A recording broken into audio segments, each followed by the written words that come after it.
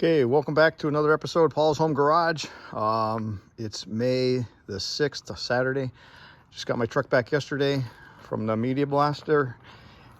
He shot the whole truck with plastic media, cleaned up all the rust. There's still some pitting you can see, but then he shot it with a PPG polyurethane direct to metal paint. Came out really good. So the only thing I got to do is still have to put this cross member in here, but I'm going to wait till I paint it with a rust proof that I'm going to put over the whole frame. So I got that ready. I got some parts hanging over there that I'm going to do. I also got the truck bed. So this is a 2020 Chevy truck bed, 8-foot.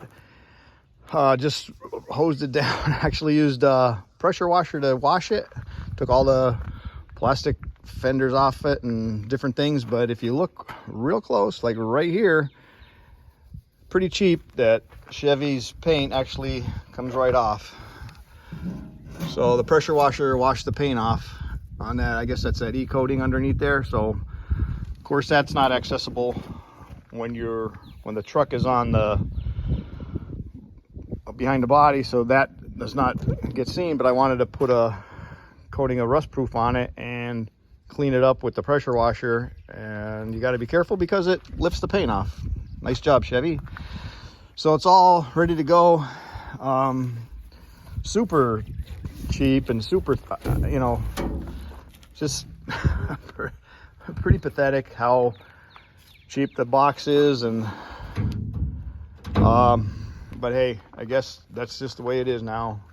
I guess they try to make it lightweight for fuel economy. It could be what it is, but so it's all taped off already. So everything that's not taped underneath all of here inside the wheel wells, I'm gonna coat with a Tectile 3335 product. It's an undercoating, so I'll show you how that works out, and I'll put that on the end of this video. All right, thanks for watching. Remember to like and subscribe, and I'll keep the videos coming of my project. Thanks again.